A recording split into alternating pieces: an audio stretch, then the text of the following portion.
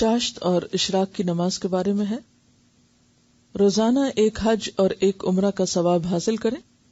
آپ صلی اللہ علیہ وسلم نے فرمایا، جس شخص نے فجر کی نماز باجماعت ادا کی پھر سورج طلوع ہونے تک وہیں بیٹھ کر اللہ تعالیٰ کا ذکر کرتا رہا، پھر سورج طلوع ہونے کے بعد تقریباً 15 منٹ بعد، یعنی یہ وضاحت ہے، حدیث کا حصہ نہیں، حدیث کیا ہے، وہیں بیٹھ کر اللہ تعالیٰ کا ذکر کرتا رہا، پھر 2 رکعت نماز ادا کی، یعنی اشراق، اسے پورے ایک حج اور ایک عمرے کا ثواب ملے گا۔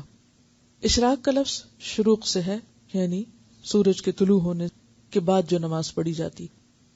فجر کی نماز تو سورج طلوع ہونے سے پہلے پڑھی جاتی ہے، وہ اس کی حد ہے، یعنی سورج کا طلوع ہونا جو ہے وہ اس کے اختتام کا اعلان ہے۔ لیکن جب سورج طلوع ہو جائے اور تقریباً 15 منٹ گزر جائیں تو اس کے بعد 2 رکعت پڑھنا اشراق کہلاتا ہے۔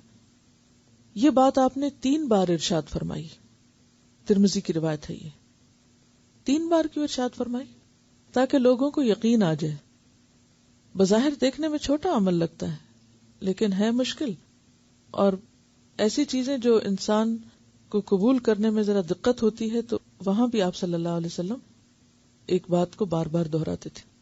عورتیں بھی یہ ثواب حاصل کر سکتی ہیں، اپنے گھر میں ہی نماز فجر کے بعد وہیں جائے نماز پر بیٹھ کر اللہ کا ذکر، قرآن مجید کی تلاوت اور تسبیحات کرتی رہیں، اور پھر سورج طلوع ہونے کے تقریباً 15 منٹ بعد 2 رکعت نماز اشراق ادا کر لیں۔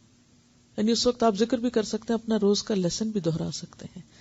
یعنی اگر آپ اپنے سبق کی دہرائی کا وقت وہ مقرر کر لیں اور اس کے بعد کھڑے ہو کر 2 رکعت پڑھ لیں تو زیادہ زیادہ کتنے منٹ لگیں گے؟ 5 منٹ اور لگ جائیں گے، لیکن اجر و ثواب کے اعتبار سے یہ 2 رکعتیں بہت مفید ہیں۔ ایک اور جگہ پر اس کے بارے میں آتا ہے کہ یہ دن بھر کے کاموں کے لیے کافی ہو جاتی ہیں، یعنی اس سے وقت میں بھی برکت ہوتی ہے۔ بعض اوقات ہم وقت بچانے کے لیے 2 رکعت چھوڑ دیتے ہیں، لیکن بہت سا وقت دوسری طرف سے بچ جاتا ہے اگر ہمارے وقت میں برکت ہو جائے۔